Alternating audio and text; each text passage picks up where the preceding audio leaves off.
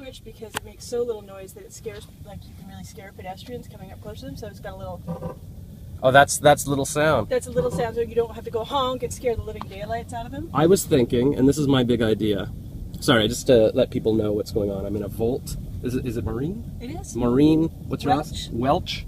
In case you want to cast this beautiful face. Well, She does voice work though, obviously.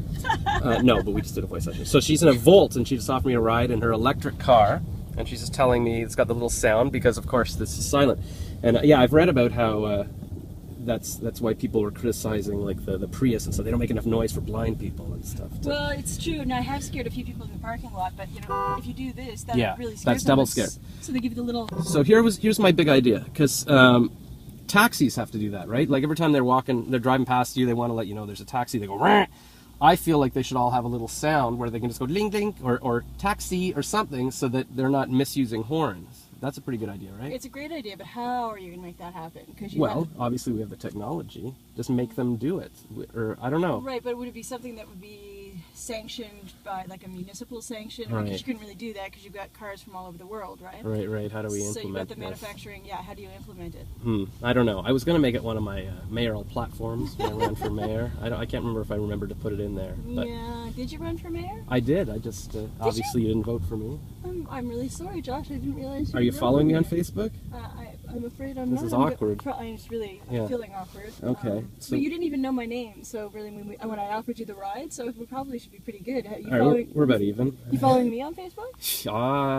Am I? I don't know. Am I? What's my name again? Like it's Maureen, like Welch, like the grapes? Is it like the grapes? The grapes, yes. Are you related to the grape empire? No, I am not. Okay. It's unfortunate. Okay. That's fair enough. Then I don't need to marry you.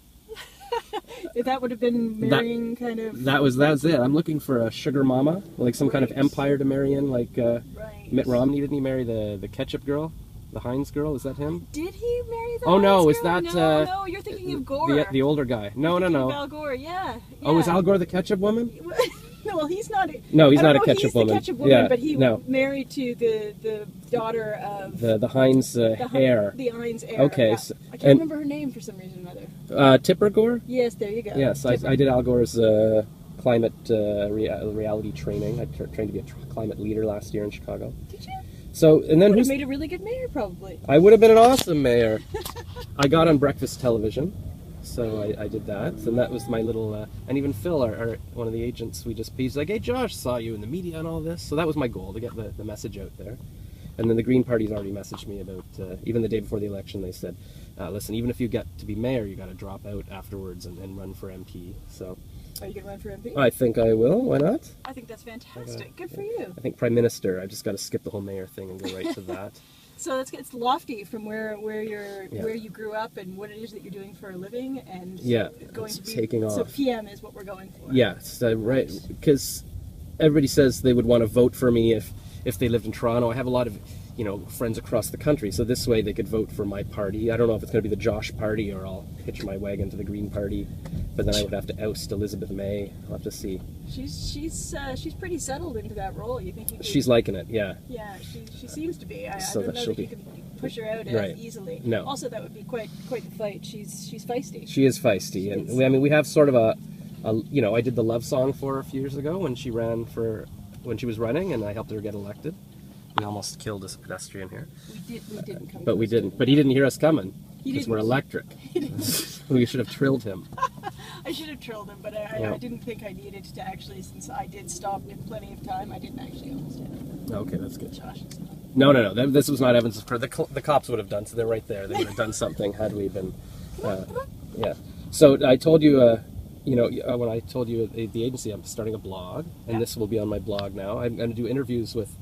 It's called CelebrityJosh.com because I'm a celebrity, but also I like to interview celebrities, and people are interested in celebrities. Oh, I like it. So how's your acting going as a celebrity? So now you can plug your work. Oh, it's going very well. I run something called the Incubator Studio with Brett Hurd, and we shoot 5 television pilots, 22-minute television pilots every 2 months. Out of these workshops, these 2-month workshops. Really? Yeah, and we do 5 of them every 2 months. So by the end of this year, we'll have shot 17, I think, and we're in place to shoot another 24. So we're looking next year. 24 to 36. So we're on point to hopefully turn casting on its ear. Although I shouldn't have said that because I actually cast out of Jigsaw as well. We'll bleep this out. Yeah, could you bleep that out? Yeah. Because I didn't mean that. No, she was joking. I'm joking, obviously. And she's taking casting on its ear, but change the way that besides, it doesn't matter, that's commercials, but change the way you bring television to the studios and the network. So instead of just bringing them, your Bible and all this, and then they have to try to imagine it. It's like, here it is. And almost across the board have great difficulty, people in those positions, actually imagining what you're talking about. So oh yeah, it's like presenting things to clients and advertising. It's like, just let's shoot the commercial, because we have the technology now. Like, it's not, you're not using film. You can edit digitally. You could actually shoot these pilots and just say, here. Like, and that would probably take as much time as having to write all the scripts in the Bible and try to. It's like, this is what it looks like. Do you like it or not? Check it out, the Incubator Studio on Facebook. Incubator Studio. So you shoot all these pilots. Is the goal to actually sell one, or are you just like, it's kind of like people who make fake movie trailers? It's just that's the end. No, we've got one at Amazon in the States right now. They're looking at one of ours called See You Next Tuesday, which I also happen to be in. Wow. About 7 women, highly dysfunctional women in a book club. Nice. And Parent Teacher just got accepted into the LA Film Festival. And it's a short. So wow. Yeah, so it's going up to the LA Film Festival. We push them out every time we finish one. We trot them out to studios and broadcasters, and we haven't proven the model yet, but we also have a lot of people backing us. So we've got an endorsement video, which we're going to be using in the new year, with people endorsing this, the Incubator Studio and this model. Gordon Pinsett, Leia Pinsett, Sandra Oh. Whoa. Who else?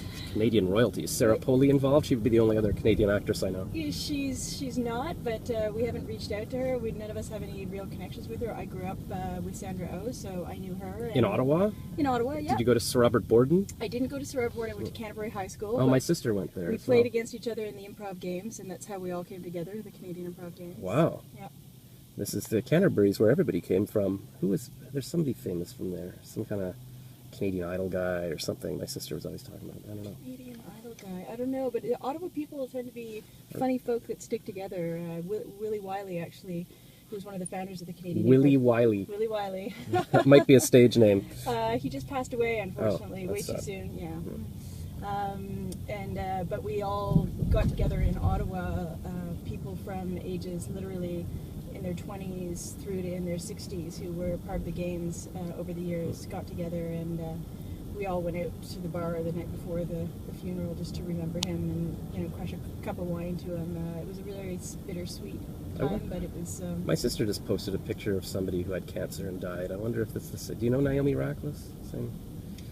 I don't, but I bet your sister's a fair bit younger than I am. She's born 79, so she's like 33 now, I guess. Yeah. I shouldn't really say how much older I am. No, but yeah, well, in high school... I was out of high school and university. You have to be within 4 years or you miss somebody completely in high school. Yeah, so that's what it was. It was just 4 years. Yeah, exactly. It was nothing, really. Nothing. Yeah. I mean, probably I was in grade 13 when she was in grade 9, and I just didn't notice. Yeah, you don't talk to the grade 9s at that Also, point. she probably didn't go to my school, or did she? Did she go to Canterbury? She went to Canterbury, yeah. Was she in the Canadian Improv Games? I feel like she did some improv, but I don't know if she was that big into it. She was more of a music. She likes singing. She was more of a musical theater type. So was she in the vocal program or the? I think she would have specialized in that. Yeah, I mean she did a bit of dance, a bit of acting, but I think she was more of a singing type. Do you know Ben Klost? I've heard the name. Was her boyfriend for a bit. He was in. I think he went on to be in The Lion King in Chicago and stuff. He actually acts in Toronto as well. And we should be plugging your sister. What's? Oh, Naomi. Well, Naomi is now. Doing her master's in musical therapy, so she works with cancer patients and stuff. That's amazing. And she's got 2 kids. Ayla is 2 and something, and Elin is almost 1. And the 2 of them are very very cute. I've been posting videos of them on my YouTube page at Josh Rackless, and you can check them out. I've got a playlist now called My Niece and Nephew. I probably shouldn't tell my sister this, but is she not on Facebook to know? She'll be on Facebook, so I shouldn't be saying this in the video. If she watches, nobody's going to get this deep into the video.